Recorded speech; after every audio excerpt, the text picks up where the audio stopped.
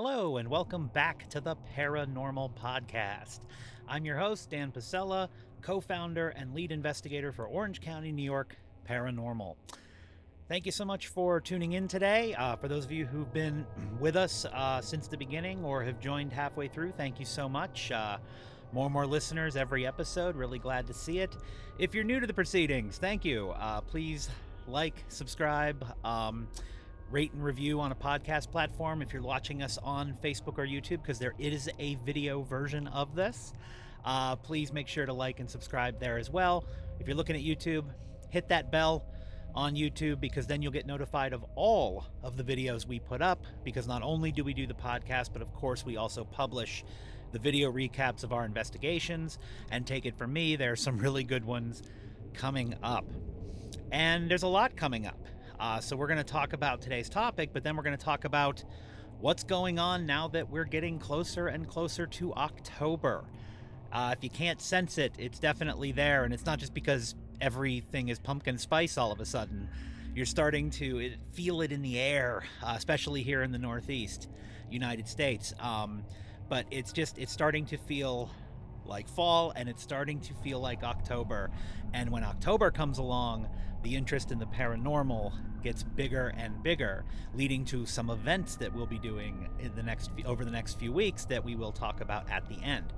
But the first thing we need to do today is I want to talk about today's topic. And today's topic, quite simply put, is by doing what we do in investigating the paranormal, are we disrespecting the very spirits we're trying to talk to? Now, we've been doing this for a while. Not as long as some people have, but we have been doing this for quite a long time, and we've done a lot of investigations in a lot of different kind of places. And a question that we get asked a lot by owners of haunted locations and even people who've come to investigate with us is, do we feel that what we're doing is in any way disrespectful, not only just to the history of the place where we are, but the actual spirits that we're trying to talk to? And it's an interesting question, and it's been there since day one, and I've thought about it since day one. And what I've kind of settled into as an answer is, you're not, if you're doing it right. And what does that mean? Well, one of the things we always say around here is there's 10,000 groups doing it 10,000 ways. So who is to say what methodologies are respectful and what methodologies aren't? All I can speak to is what we, as Orange County, New York Paranormal, have found in our travels and what our opinions on these things are. And it just, at the end of the day, comes back to what I just said. If you are not investigating the paranormal a certain way, you are being disrespectful to the spirits, and it's very easy to do it, even if you don't mean to. If this is something that maybe you hadn't thought of before, you might ask yourself, or you might ask us, well, why in the world would anybody view what we do as disrespectful? And some of the angles we've heard is, we're interrupting spirits, or we're bothering spirits, or we're not letting them rest in peace. I hear that one a lot. And, we are in many cases asking the spirits questions about things they don't want to talk about. If they were in pain, if they were sick, maybe how they passed away. Things that, we wouldn't want to talk about, so why would they? Of all of the ones that we have been asked about in terms of disrespecting spirits, the one that resonates the most with me is the concept of not letting someone rest in peace. And I've said it on the podcast before, this is one of the reasons why I don't like to investigate cemeteries, because I kind of feel that that's disrespectful. Because if they're in a cemetery and they're resting in peace, that's exactly what they're doing, resting in peace. There's a big difference between resting in peace in a cemetery and wandering the halls of somewhere you once called home. One implies much more resting in peace than the other, I think we can all agree. At the end of the day, the way I look at it is, no spirit has ever talked to us against its will. But it can be disrespectful. And I want to talk about some of the ways advertent or inadvertent, that you can disrespect the spirits by simply doing some things that you may or may not be aware that you're doing or not doing when you investigate a haunted location. So we talked about how we can disrespect the spirits, but how can spirits be insulted? Might be something you're asking. The same exact way living people can be insulted. Dealing with the dead isn't that much different than dealing with the living. If something would insult you, it might likely insult a spirit as well. If you insult the lives or the passions of someone, living or dead, that's disrespectful. If you disparage their family, you disparage their friends, you disrespect their place in society, you don't show respect for who they are, and making fun of how they passed away. Believe it or not, I've seen videos on social medias where groups go in trying to do that. And frankly, wasting their time. These spirits, much like us, we don't like to have our times wasted by people coming in and having meaningless, go nowhere conversations. So these are just some of the ways that you can, you can insult a spirit by doing these things. The same things that would make you insulted if somebody actually did them. But we've narrowed it down really into 3 categories of the things that we have seen where people are disrespecting the spirits. And I will tell you, every investigator everywhere has done some version of one of these things at some point, inadvertently or advertently. For us, it's always been inadvertent. And again, I'm going to talk through the experience of our experience. I am not saying this is the right way or the wrong way to do it. It has been the right way for us to do it. It is what we have come to believe. But there's 10,000 paranormal groups out there, and everyone's going to tell you different. So this comes from our point of view. But I think once you hear it, you'll think to yourself, well, yeah, that's kind of a no-brainer. So let's dive into the first subheading of ways that spirits and ways that we can disrespect spirits. The first is not knowing who you're talking to. And this is a big one. This is about respect, but knowing who you're talking to in terms of not where you're standing now, but where their standing was then. And I can think of no greater example of this from our own investigations than the volunteer work that we've done and continue to do at Hyde Hall in Cooperstown, New York. Hyde Hall was the largest home in America pre-Civil War. The Clark family lived there for many, many generations, started building in 1817, and the last family member left the property in 1963. So you've got 150-ish years of this family. They were powerful. They were influential. George Clark, the first George Clark there, his lawyer was Alexander Hamilton. Like, that's how influential these folks were. So you have to go in and know who you're talking to in terms of the standing that these folks had in that society. People came up to their home to pay the rent on their land. I mean, these people were respected and they were treated with that kind of respect. So you can't just walk in. So you can't just walk into the Clark parlor room and start going, "Hey, buddy, anybody here?" No, you have to treat them in a manner that they were used to being treated when they were alive. And if you don't know who you're talking to, it just becomes a whole other investigation where you're just trying, and you're not going to get anywhere because they're not going to respond to being called. They don't even respond to being called George and Ann and Anna, and they're really only George, Anns, and Annas, it seems like, in that house. It's Mr. Clark, Mrs. Clark. When you're speaking directly to them, you have to refer to them that way because that's how they were referred to. They are insulted if you don't refer to them as Mr. and Mrs. Clark or Sir or Madam. And we have found that when we do that, when we address them in the way that they were accustomed to being addressed, the way they expected to be talked to, we got a lot more evidence. We got a lot more interaction. We got a lot more conversation. Why? Because we're speaking to them in the way that they would be talked to when they were alive. So respecting someone's standing in society, knowing who you're talking to, it's funny. You wouldn't think that calling a person whose name is George is disrespectful, and most of the time it isn't.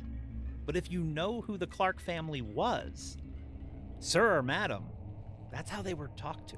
Mr. and Mrs. Clark, that's how they were talked to. And you wouldn't even know it. You wouldn't even know you're insulting them. And they've never said through any evidence that it insults them, but we know when we get more activity and we know when we get less activity. We get more activity when we regard them in the way they expect to be regarded. And on the opposite end of that spectrum is a location that we were just in. Video is going to be coming out very soon. Watch for that one. It's one of my favorite investigations we've ever done. At the Finger Lakes Community Action building up in Lyons, New York. They have a tunnel there that the remaining part of the tunnel was part of the Underground Railroad. And if you don't know who you're talking to, none of us know what that experience was. That's not what I'm saying. But if you know or have some understanding of the courage and the journey that these folks were embarking upon and what they were hiding from and the emotions and the fear, if you just walk in there and you're just like, hey guys, what's up? it's not respecting their journey. It's not respecting it. You have to go in with some reverence. And it's sort of the two sides of the spectrum. If you have folks in the high society who expect to be treated a certain way, but you also have refugees fleeing from a dangerous situation that also deserve respect, that also aren't going to shout out EVPs because it was all about being quiet. It was all about not showing your hand or not showing that you were there. And it shows that if you just walk into a building and you investigate the same way every time, you don't know who you're talking to. And not knowing who you're talking to can very easily be seen as disrespectful. The second subcategory, if you will, of disrespect and how you can inadvertently or advertently disrespect a spirit is by not understanding who you're talking to. And that may sound similar to not knowing who you're talking to, but it is and isn't at the same time.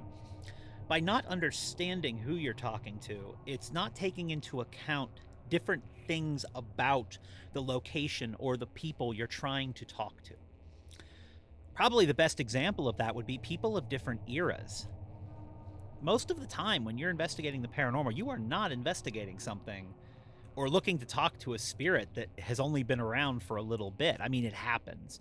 But a lot of the time, and if you look at most of the investigations we've done in historical locations, we're trying to talk with people who are from the 18th and 19th centuries or the early 20th century, 100 years ago. And the people of different eras don't quite always understand how we word things, or modern technology means nothing to them. And what is a normal thing to say now could have been disrespectful in those days. And this is where I think all groups, including ourselves, inadvertently step in it once in a while, because I don't know what the vernacular of the 18th century was. I don't know that. I don't know what a word meant 150 years ago. We try. We try to make sure. But at the same time, you can't speak in 2023 language to someone from 1850 and expect them to have the same level of understanding of what it is you're saying or what you're trying to say. That's just not going to happen. English is English, but English has not been consistent. If we went back to Victorian England, we would not understand them and they would not understand us. It's the same language and the same words, but they meant different things and they were put in much different order. And let's face it, people used more syllables back then. It's not as easy as you think. So it is to be understood throughout history. So when we're speaking, when we're formulating sentences, when we're asking questions, we need to take into account the eras of the folks that we're talking to. And for a group like us that is what we call scientific, we're all technology based. We're not psychic mediums. Our only methods of communication are cameras and recorders. You think spirits know what these things are? One of the things that I think you can do as an investigator to help yourself is explain that you have equipment, explain that there are things around. It's part of every introduction I give, and I'll talk about that a little more about that preamble later. But we always say, hey, there are some things around the house that you may not recognize, that are flashing some lights, but you can talk to these things. You can walk up to these things. You can interact with these things. I don't tell them exactly what they are. What if I say something is a 4K full spectrum GoPro camera? What does that mean to somebody born in 1878? It means nothing. But you try to at least say, hey, we brought some stuff into your house that you haven't noticed, and this is what it's for, and this is what we're trying to do. And, not understanding who you're talking with, not only can people from different eras who speak the same language not understand you, people who speak a different language might not understand you. Not all spirits speak English, because not all people speak English. In fact, most people don't speak English around the world. It's interesting that that you see this happening, and we get foreign languages all the time, and we have to take into account that and understand who we're talking to. I go back to Hyde Hall again. In a lot of the volunteer work we've done at Hyde Hall, one of the things we learned is that the servants there would have mostly spoken French, not English. And thankfully, the staff members that we work with, they speak French. And when we started talking French to people and to spirits that in areas that they would have lived in, we started getting French back. And of all the paranormal investigations that have happened there, I don't think I've ever seen anything or heard anything where they spoke French in that house. We had someone with us who understood it, who did it, and we got amazing results because of it. So take that into account. Just because you're doing an investigation in upstate New York, for example, doesn't mean that who you're talking to spoke French. They could have spoken Spanish. They could have spoken French. They could have spoken a Native American language that is very hard today to decipher without having someone from a historian of that group of people or an actual member that retains the language. So I'm not saying we have to learn different languages. What I'm saying is, if we understand that we may run into people who spoke a different language, it never hurts to have some questions prepared in that language. And in the age of Google, that's not hard to prepare, and it's not hard to do to get that. The information age allows us to have these things at our fingertips, as long as we understand when and where we need them. The other part of understanding comes down to understanding in terms of how the people you're attempting to talk to met their end. There is evidence that not all spirits know they are actually dead. And the evidence tends to point to spirits who died in traumatic ways or very quickly. Soldiers, for example, are an area where this seems to be somewhat prominent. So if someone doesn't know they're dead, you can't talk to them in past tense, because for all they know, in the whatever realm they're existing in, they're still very much alive.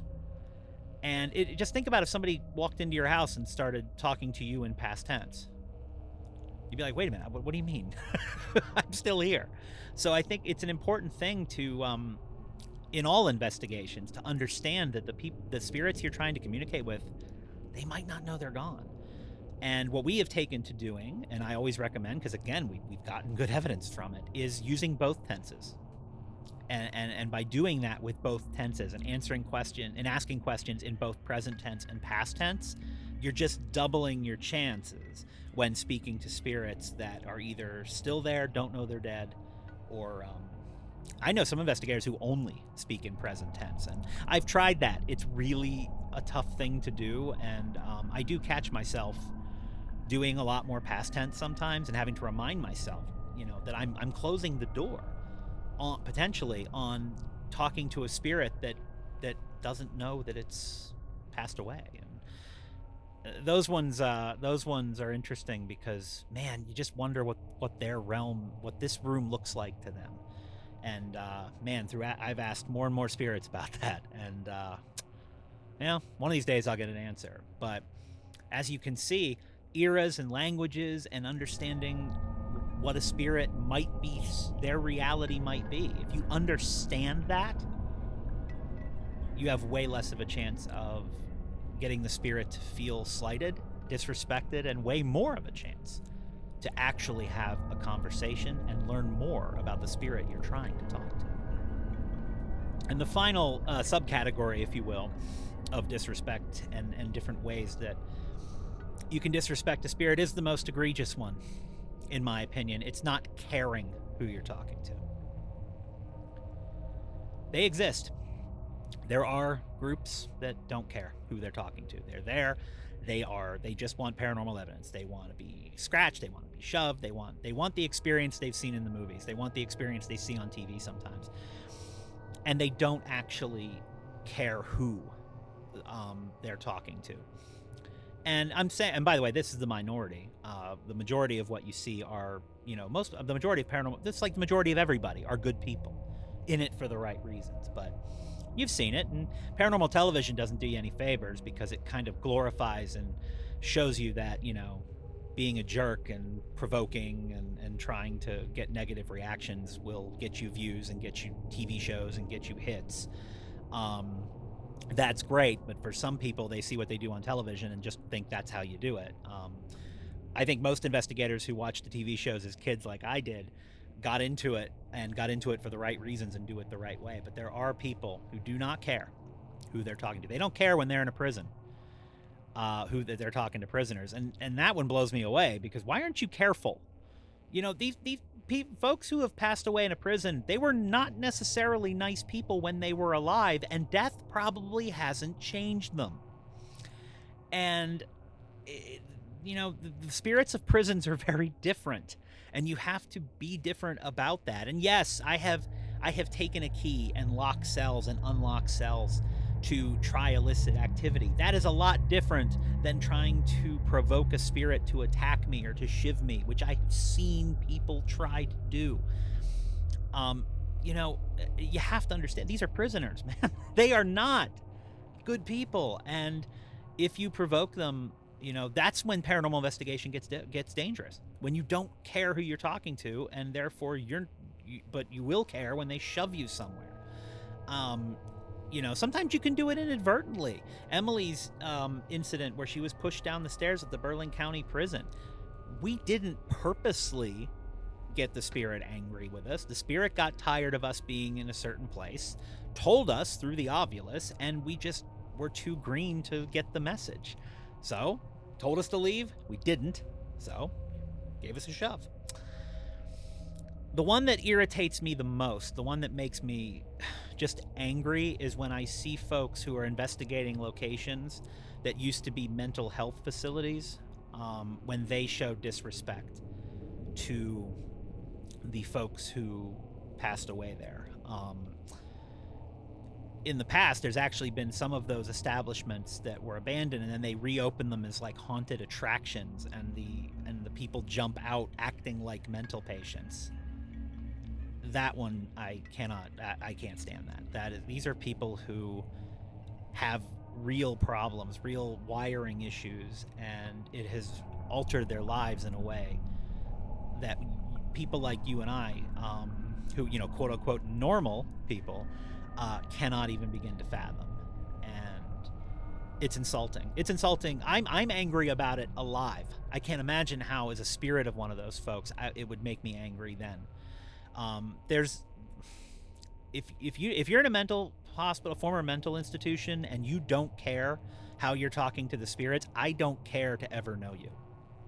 And because it's that insulting to me, and it should be that insulting to everybody, but also from an investigative standpoint, you're also going to find that, because these folks were challenged in life, it'd be really nice if when their life ended, that their spirits would be free from the physical shackles, from the wiring shackles, from the nervous system shackles that they had in life. But we have found that's not always the case. And a lot of times in those kind of locations, they're still looking for answers. They're still trying to communicate in their own way. And they are just as flustered now as they were then. And if you are in a place like this and you are investigating a place like this, show that reverence, show that respect. And, and because that's a challenging thing.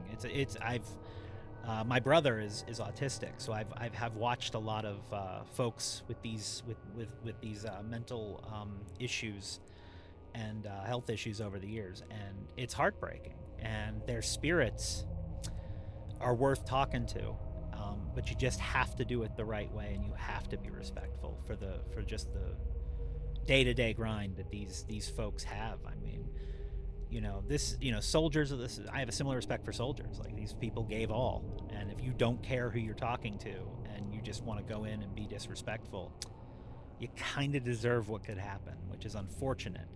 But there are folks out there who insult these people by how they investigate, and by, like I said, creating haunted houses around it. It's okay to have a haunted house in a former hospital. Just don't make the patients what's scary. I don't care if Freddy Krueger comes out of the hospital room. I do care if you're insulting somebody with mental illness, and so do they.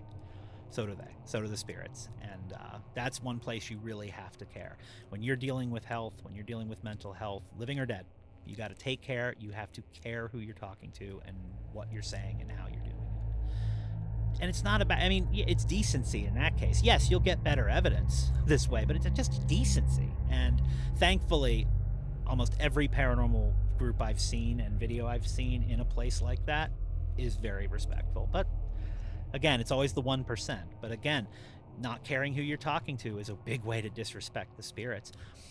The other final thing about not caring who you're talking to is if you're talking to children, you have to talk to children differently in life and in death. And this is actually an area for our organization where my wife, Emily, our co-founder, she has way better luck talking to children spirits than I do. Why? She's a teacher. I'm a big, loud guy, and she knows how to communicate. And, you can't talk to adults the way you talk to children, living or dead. And I used the Gilboa Museum investigation we did as an example. That used to be a schoolhouse. And I would go in there, and I sat in there, and I didn't really get anything. We got Emily in there, and she started talking about math and teaching math lessons, and poof, we started getting intelligent EVPs and conversation and interaction. It's because Emily is way better at talking to children, living and dead, than I am. And because she's able to take the investigation to their level of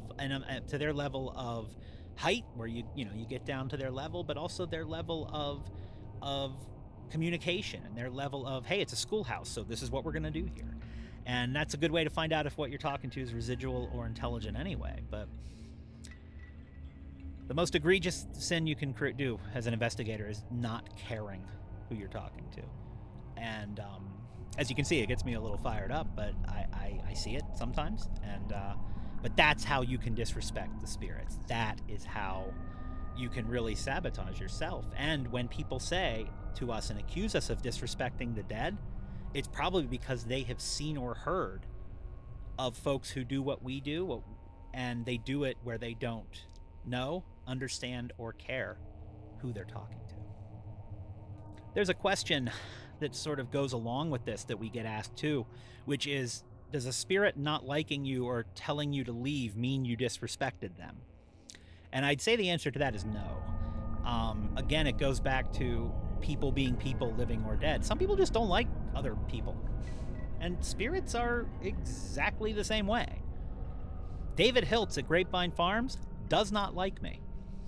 He has no problem with Tim, Tracy, or Emily. Tim and Tracy being the owners, Emily, my wife. When we investigate, he has zero problems with them. But we capture EVP after EVP of, I don't like Dan. Nope, don't like him. Do you like Dan? No. He just doesn't like me. We don't get along.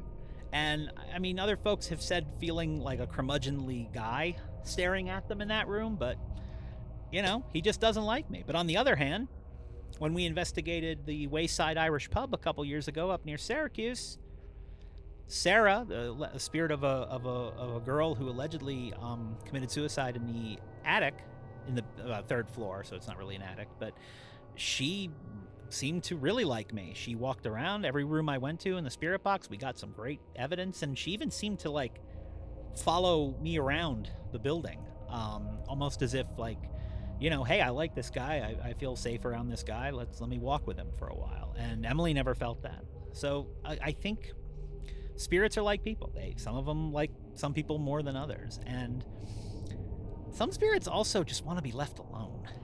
We've all had those days. I have them a lot, where you just want to be left alone. And when a spirit doesn't want you there, sometimes they'll tell you to get out. We always have joke that investigation for us doesn't start until Dan's told to get out. But if a spirit doesn't want to be bothered, most of the time, they just don't say anything. And that's good. If you don't want to talk to us, don't talk to us. No spirit's ever spoken to us against their will, and nor would I want a spirit to speak with us against their will.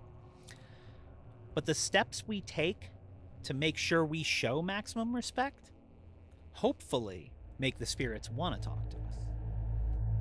So what are those steps? What can you do? Well, I'll tell you what we do, because that's the only experience that I can speak from, is what Orange County, New York Paranormal does. First of all, introduce yourself. We start every investigation by introducing ourselves by name, and we get our names back a lot, I feel, because we do this. We say, hey, I'm Dan, this is Emily, this is Tim, this is Tracy, this is Rhea, this is Margot, this is whoever happens to be with us. Also, something I've found is important is understand that the spirits are watching you. Like, they don't just suddenly show up when you start the investigation. They're watching you set up. They're watching you put your equipment out. They're watching you tour the place. So we start talking to them almost immediately. And if I go back somewhere and like if I know a spirit is in a certain place based on evidence, I'll say hello. Somebody pointed out at Grapevine Farms that I say hello to Michael, the child spirit in the basement, every single time we go down there, whether I have equipment set up or not. And I do it subconsciously just because I'm used to it. To me, Michael's just as real as you standing across from me in this room.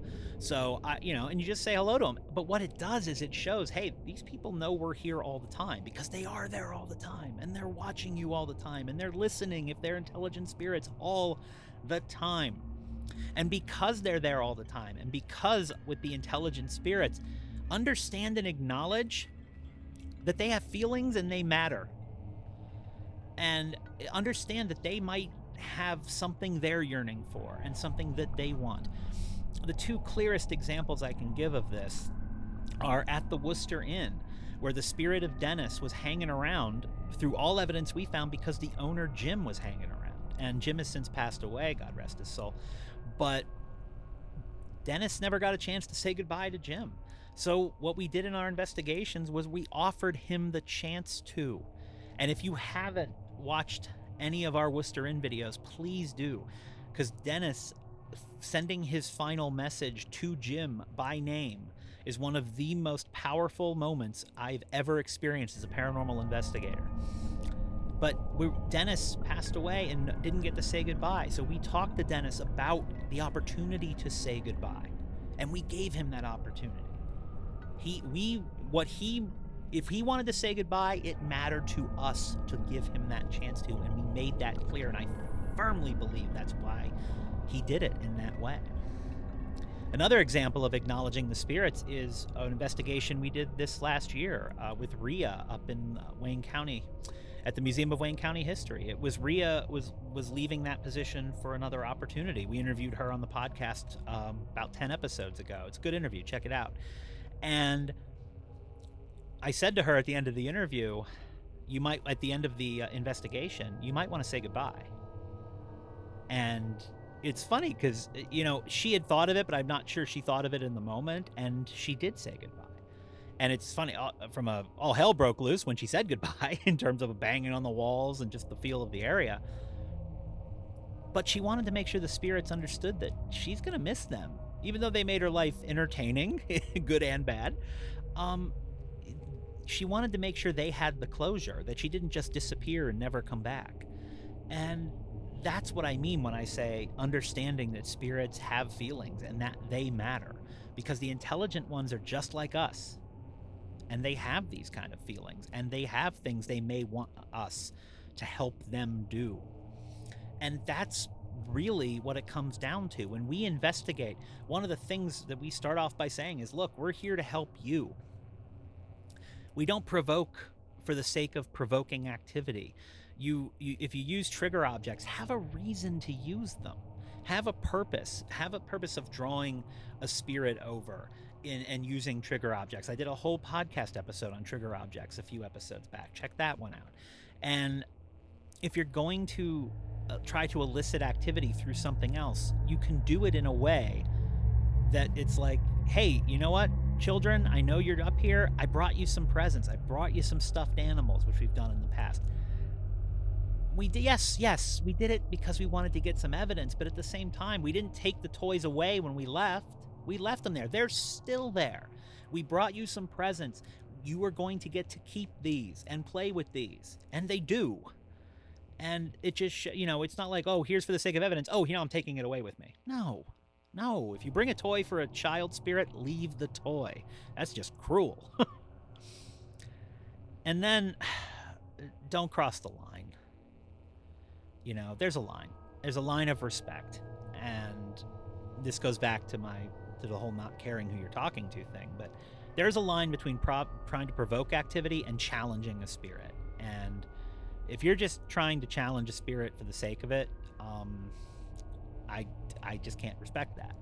It's one thing to tell a spirit they can't do something if they've hurt someone, but it's another thing to just outright ask for trouble. Because in this field, if you go looking for trouble, you're going to find it. That is one of the constants of the universe in the paranormal field. If you look for trouble, it will find you, and you will find it, and it won't be pretty.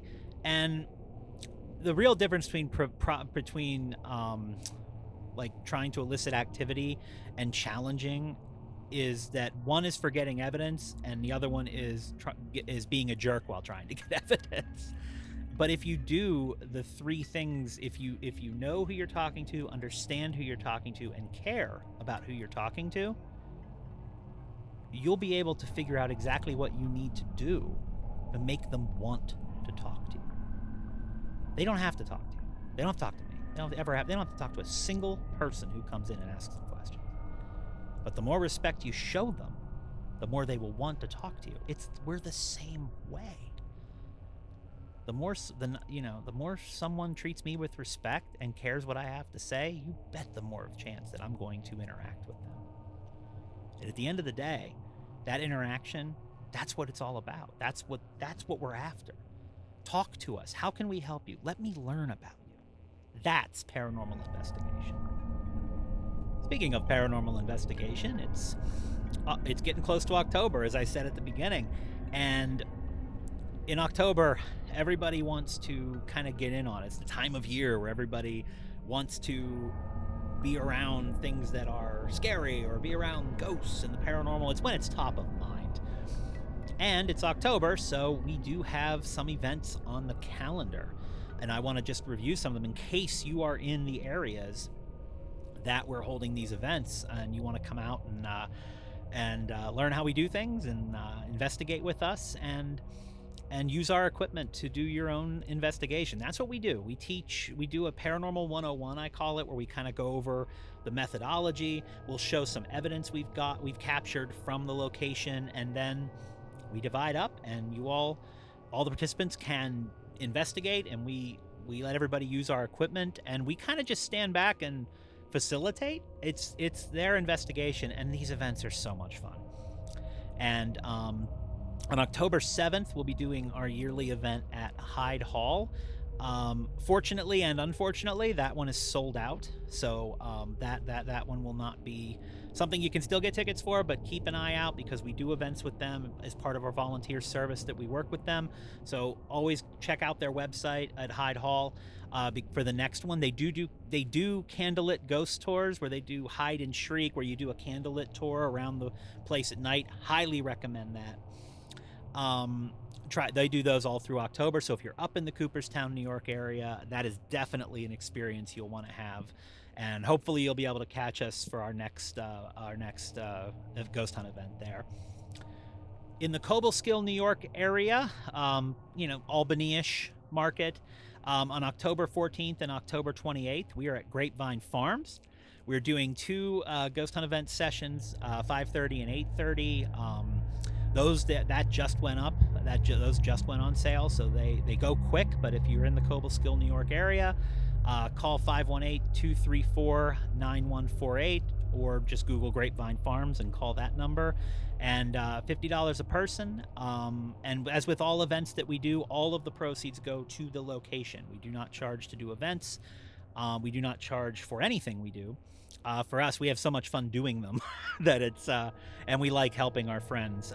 It's part of how we volunteer at Hyde Hall, and we love helping out businesses and museums. And there might be a couple more events that pop up on the calendar as we get closer, but I did want to talk about Grapevine Farms, especially, but also Hyde Hall. Sorry about our event being sold out at Hyde, but do check out the other ones. And these are all in that upstate New York kind of I-88 corridor. If you live up there, if you have friends up there, let them know to look this stuff up, because we have a lot of fun with events, and October is such a good month. We meet so many awesome people and have some pretty cool experiences. So if you're in those areas, we hope to see you.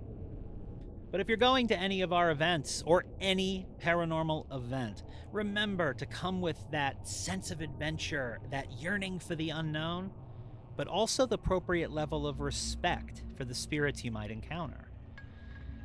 As I've said before, many groups and shows have replaced respect with provocation, and for no other reason than more views and better ratings, I guess. However, by doing this, they destroy what they're hoping to save. If the spirits aren't talking, we as investigators have to realize that, you know what? It might not be them. It might be us. The approach is everything, and you'll find that you usually get back the same amount of respect that you give. We found that spirits want to be treated with the same respect they expected to be treated with in life. And when you think about it, that's perfectly normal. Thank you so much for tuning in, and we will catch you next time on the Paranormal Podcast.